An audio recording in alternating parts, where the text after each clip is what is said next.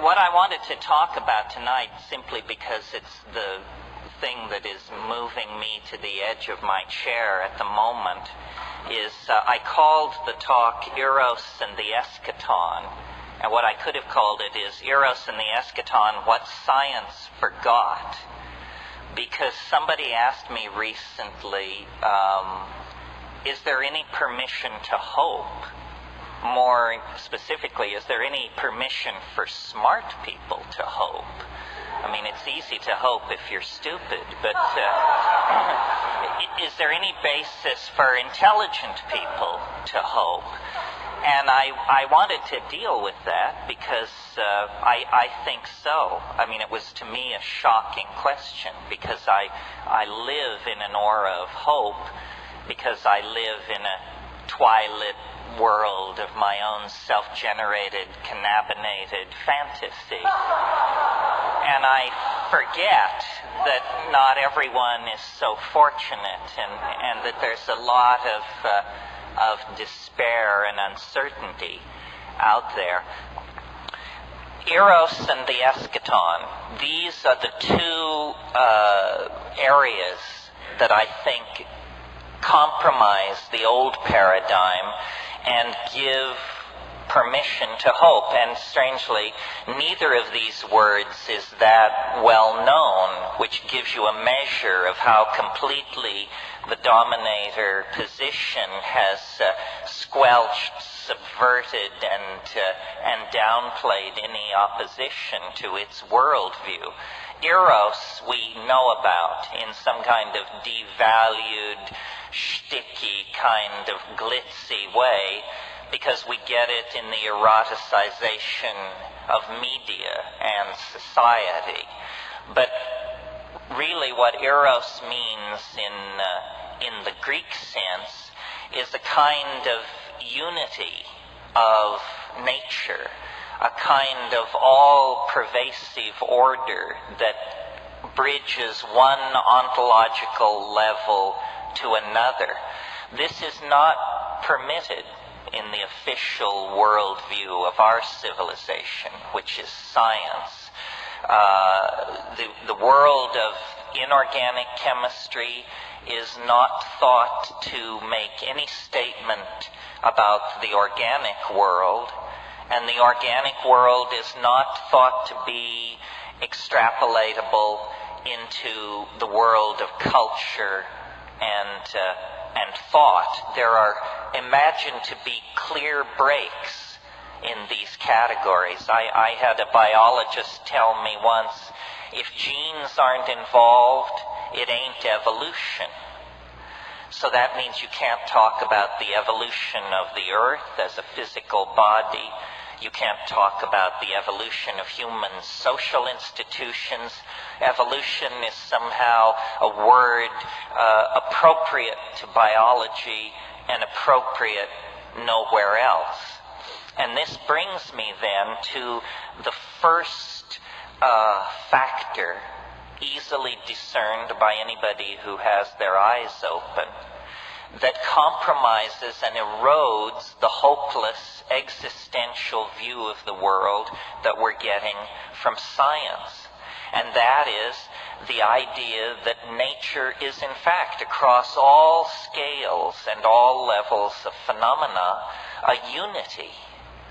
It's not a coincidence that electrons spinning around an atomic nucleus and planets going around a star and star clusters orbiting around the gravitational center of a galaxy, it's no coincidence that these systems exhibit the same kind of order on different scales. And yet science would say that is a coincidence. You know, P.W. Bridgman, who was a philosopher of science, defined a coincidence as what you have left over when you apply a bad theory.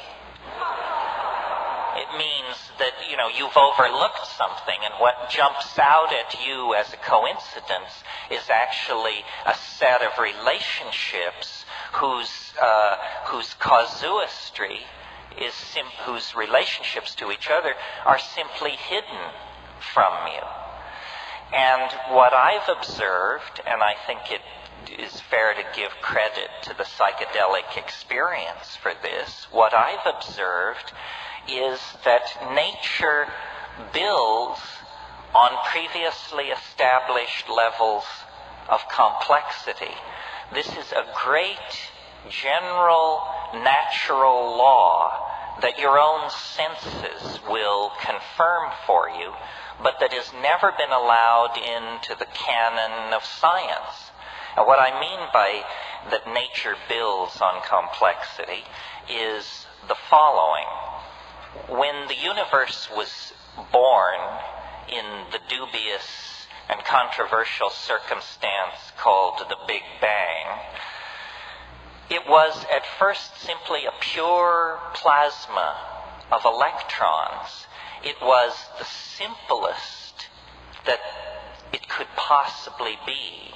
There were no atoms, there were no molecules, there were no highly organized systems of any kind. There was simply a pure plasma of expanding energy. And as the universe cooled, simply cooled, new kinds of phenomena, we say, emerged out of the situation.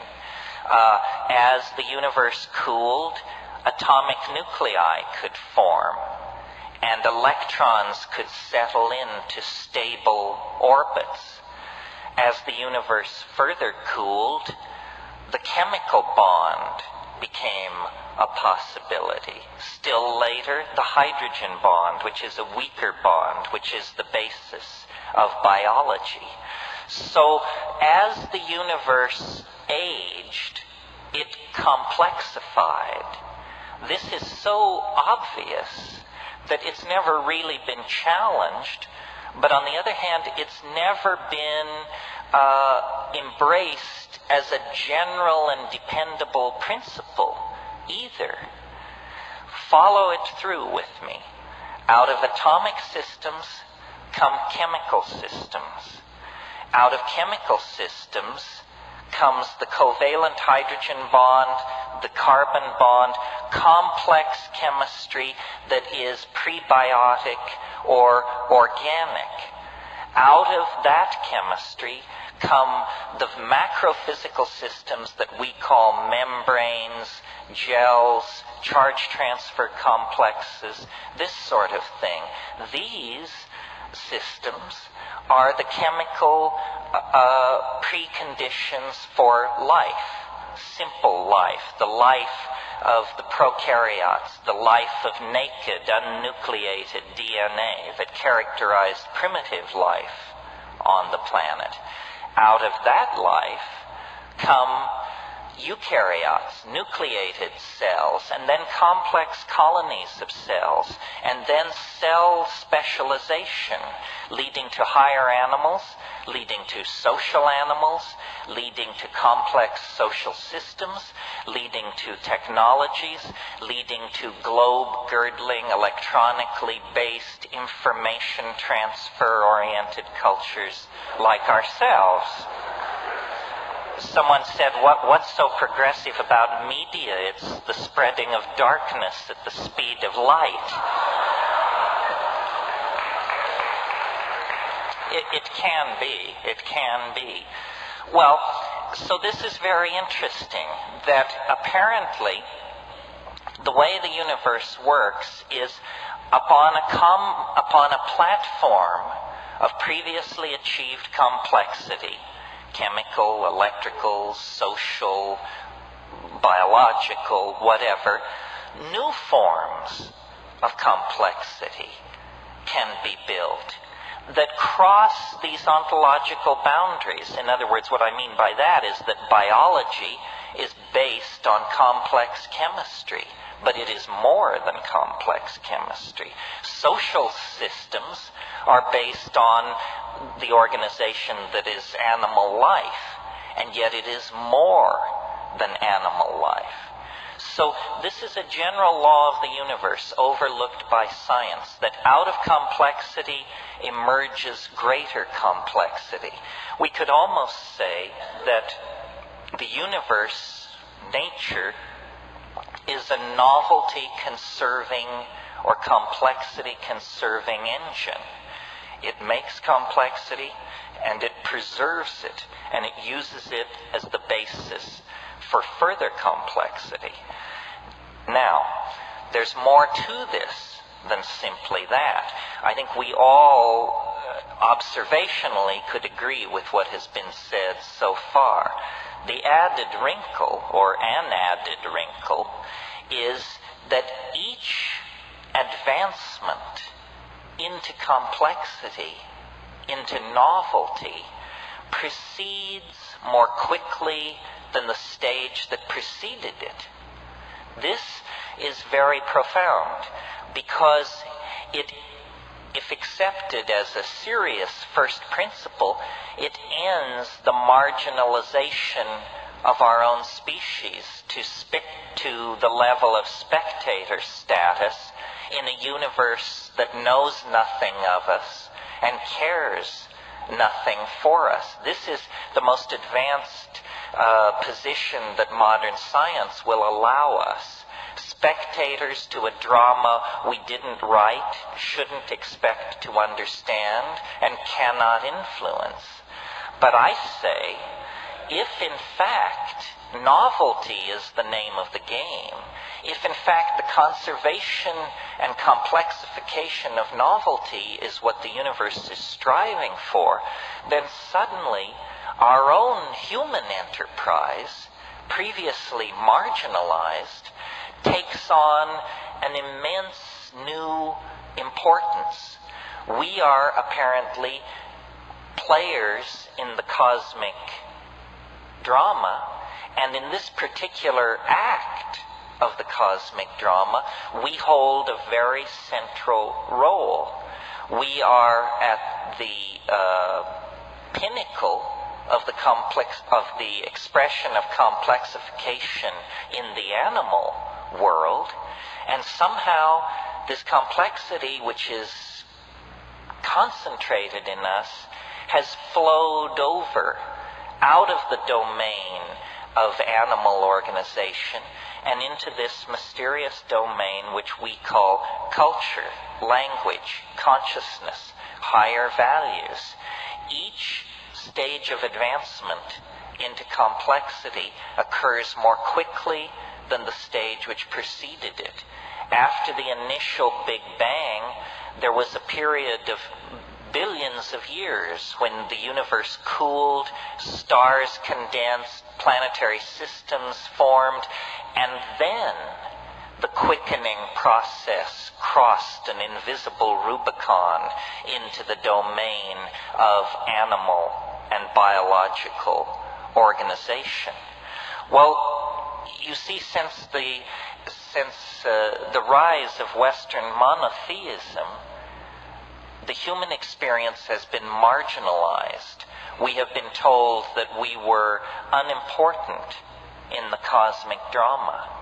But we now know from the feedback that we're getting from the impact of human culture on the earth that we are a major factor shaping the temperatures of the oceans, the composition of the atmosphere, the general speed and complexity of speciation on the planet, so forth and so on. A single species, ourselves, has broken from the ordinary constraints of animal nature and created a new world, an epigenetic world, meaning a world not based on gene transfer and chemical propagation and preservation of information, but a world based on ideas, on symbols, on technologies, on tools, on ideas downloaded out of the human imagination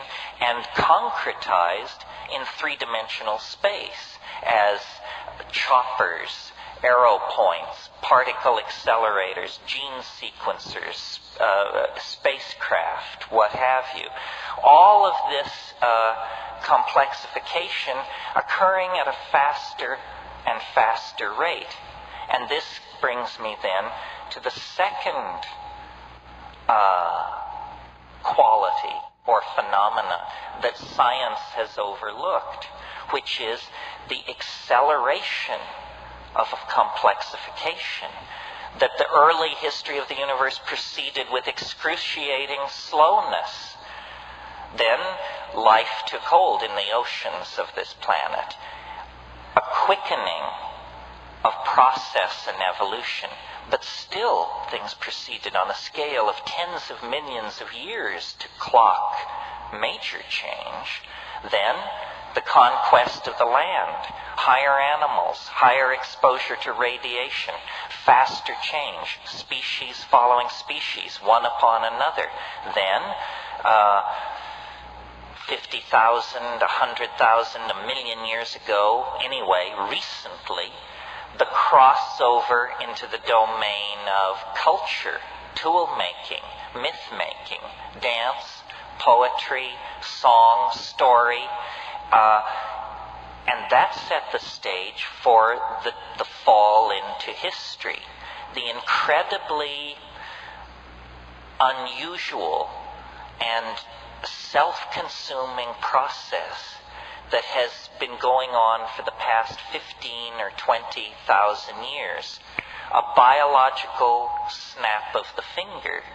And yet, in that time, everything that we call human, everything that we associate with higher values has been adumbrated, elaborated, created, set in place by one species, ourselves. This acceleration of time or complexity shows no sign of slowing down. In fact, within the fabric of our own lives, we can almost daily, hourly, by the minute, feel it speeding up, taking hold. It's a cliche that time is moving faster and faster, a cliche of the mass media. But I want to suggest that this is not a perceptual illusion or a cultural mirage, that this is actually happening to the space-time matrix, that time is in fact speeding up, that history, in which we are embedded because our life of 50 to 80 years is so ephemeral on a scale of 10 to 15,000 years, but nevertheless, history is a state of incredible destabilization. It's a chaostrophe in the process of happening. It begins with animals kept in balance by natural selection, and it ends with a global internet of electronic information transfer and a language-using species hurling its instruments toward the stars. There is no reason for us to suppose that this process of acceleration is ever going to slow down or be deflected. It has been a law of nature from the very beginning of nature, that this acceleration was built in.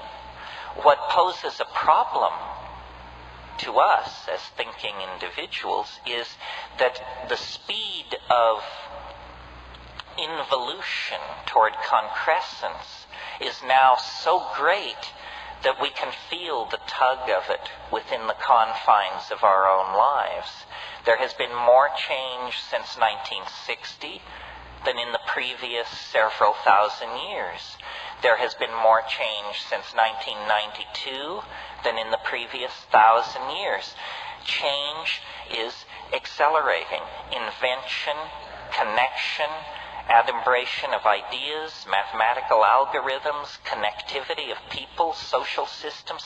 This is all accelerating furiously and under the control of no one. Not the Catholic Church, the Communist Party, the IMF, no one. is in charge of this process. This is what makes history so interesting. It's a runaway freight train on a dark and stormy night. This is why I'm not particularly sympathetic to conspiracy theory. Because I can't make the leap to faith that would cause you to believe anyone could get hold of the beast enough to control it. I mean, conspiracies, of course, we have conspiracies up the kazoo, but none of them are succeeding. They're all being swept away, compromised, astonished by new information, and endlessly agonized. So, two factors relating to Eros. The movement into complexity and the fact that that movement goes ever faster. And the second quality, the acceleration of the movement into novelty, leads me to the third point, which is, I suppose, more controversial. And I am frankly willing to admit that my sensitivity to this third point is based on my psychedelic experience. I mean, science is the exploration of the experience of nature without psychedelics. And I propose, therefore, to expand that enterprise and say we need a science beyond science. We need a science which plays with a full deck. And the reason the psychedelic experience is so important here is not some namby-pamby notion that it expands consciousness or it makes you more perceptive or something like that. I mean, that is all true, but it isn't strongly enough put. A cultural point of view is like a crystal. You have an amorphous cultural medium which at certain temperatures will form a crystal of cultural convention, if you will. And within the geometry of that crystal, certain things make sense and certain things are excluded from making sense. Science is a condensed cultural point of view that is a rigid crystal of interlocking assumptions such as matter is primary, mind is tertiary, causality works from the past into the future, so forth and so on. What psychedelics do in terms of their impact on the physical brain and organism of human beings is they withdraw cultural programming. They dissolve cultural assumptions. They lift you out of that reassuring crystalline matrix of interlocking truths which are lies. And instead, they throw you into the presence of the great who knows, the mystery that has been banished from Western thought since the rise of Christianity and the suppression of the mystery religions. Now, the model that attracts me to the psychedelic experience is not that it makes you smarter, a kind of simple-minded idea, paradoxically, or the idea that you are paying attention, aren't you? Or the idea that it's some kind of magnifying glass into the personal unconscious, your trauma, your childhood memories, the satanic abuse your parents laid on you, so forth and so on. The model which I like is a geometric model and says simply that since the rise of the Greek alphabet, print, linear thinking, and science, we have become imprisoned in a causal universe of material connectivity, and that this is a cultural myth, as much as believing that we are the sons and daughters of the great father who got out of his canoe at the second waterfall to take a leak. I mean, these are just cultural myths. What is revealed through the psychedelic experience, I think, is a higher dimensional perspective on reality. And I use higher dimensional in the mathematical sense. Literally, you are lifted out of the plane of cultural assumptions and can look down with the kind of godlike understanding that one obtains when one flies in an airplane over a landscape previously only viewed from the ground. In other words, from the vantage point of the psychedelic experience, the cultural landscape is seen more nearly in its correct perspective, seen as historically bounded, spatially and intellectually bounded. Now, it's no coincidence that if you analyze biology, what it is, it's a kind of conquest of dimensionality.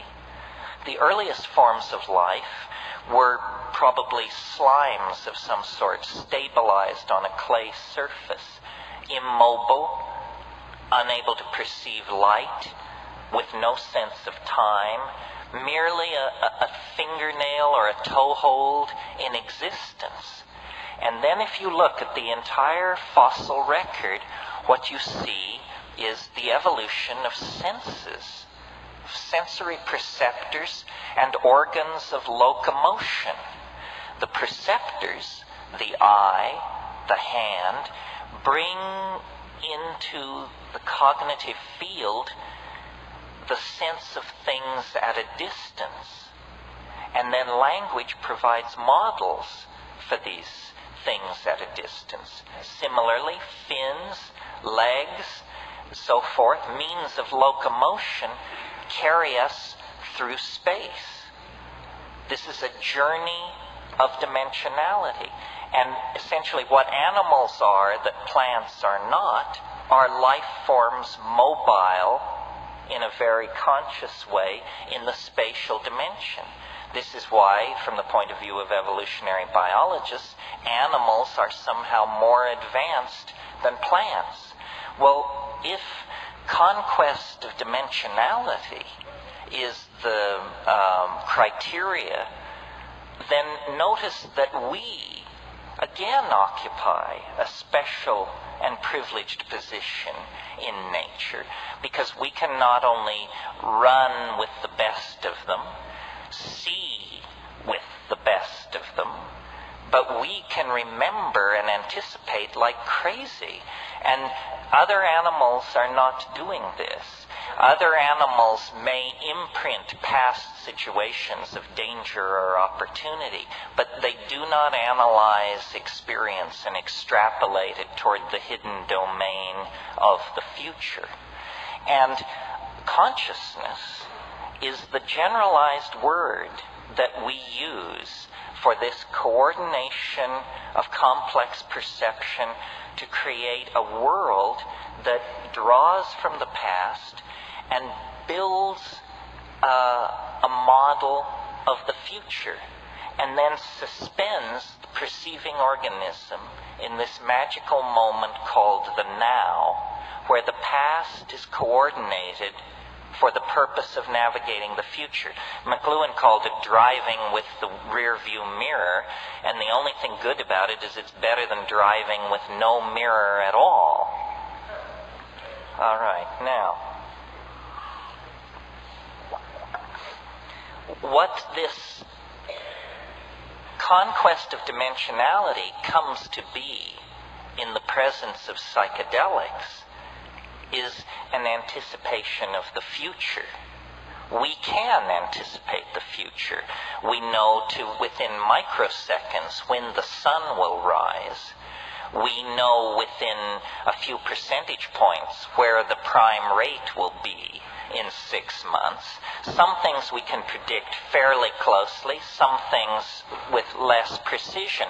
But the perception of the future is very important to us. When we marry the need to perceive the future with the psychedelic experience, I believe we come up with data that is very, very difficult for science to come to terms with. And this is the third item, or really the second item in the list, what science forgot. It's what I call the eschaton. Now, eschaton is a rare word, until very recently unheard outside schools of theology, which I understand were a dying enterprise. Eschaton comes from the Greek word esch, which just means the end. The eschaton is the last thing, the final thing. And it's very important to science to eliminate from its thinking any suspicion that this eschaton might exist, because if it were to exist, it would impart to reality a purpose, you see. If the eschaton exists, then it's like a goal or an attraction point or an energy sink toward which historical process is being moved. And science is incredibly hostile toward the idea of purpose. If you are not involved in the sciences, this may come as somewhat of a surprise to you. If you are a workbench scientist or a theoretician, you know that this is what's called the problem of teleology. It is because modern science defined itself in the 19th century when the reigning philosophy was deism. And deism was the idea that the universe is a clock made by God, and God wound this clock and has walked away from it, and the clock will eventually run down. That theological construct was poisonous to evolutionary theory in the 19th century. And so they said, we must create a theory of reality that does not require a goal, does not require a purpose. Everything must be pushed from the past. Nothing must be pulled toward the future. The problem with this is that it does not fulfill our intuitions about reality. We can see that evolution, biological evolution, has built on chemical systems. We can see that social and historical systems build on biology. As people with open minds, or as open as they can be inside this culture, we nevertheless have this intuition of purpose. And it is dramatically underscored by the psychedelic experience, which takes the raw material of your life, your culture, your history, and tells you this is not an existential mishmash to be lived out with dignity because there's nothing else to be done with it, some kind of Camusian why not affirmation. It says no.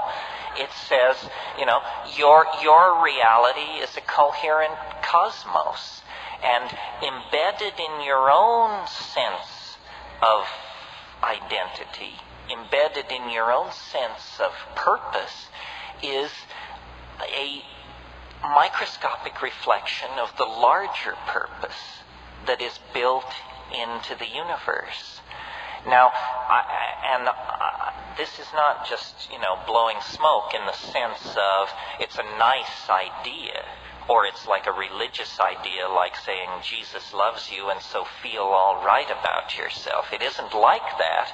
It's a theory about reality that has teeth, because reality is actually following the script that this particular version of reality dictates. Reality is accelerating toward an unimaginable omega point. We are the inheritors of immense momentum in our social systems, our philosophical and scientific and technological approaches to the world. Because we're driving the historical vehicle with a rear view mirror, it appears to us that we're headed straight into a brick wall at 1,000 miles an hour. It appears that we are destroying the earth, polluting the atmosphere, wrecking the oceans, dehumanizing ourselves, robbing our children of a future, so forth and so on. I believe what is in fact going on is that we are burning our bridges.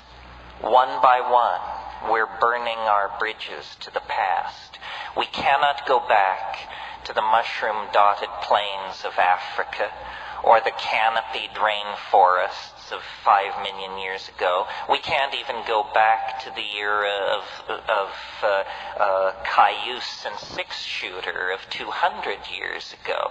We have burned our bridges. We are preparing for a kind of cultural forward escape. And this question, is there cause for optimism? The answer is it depends on where you placed your bets.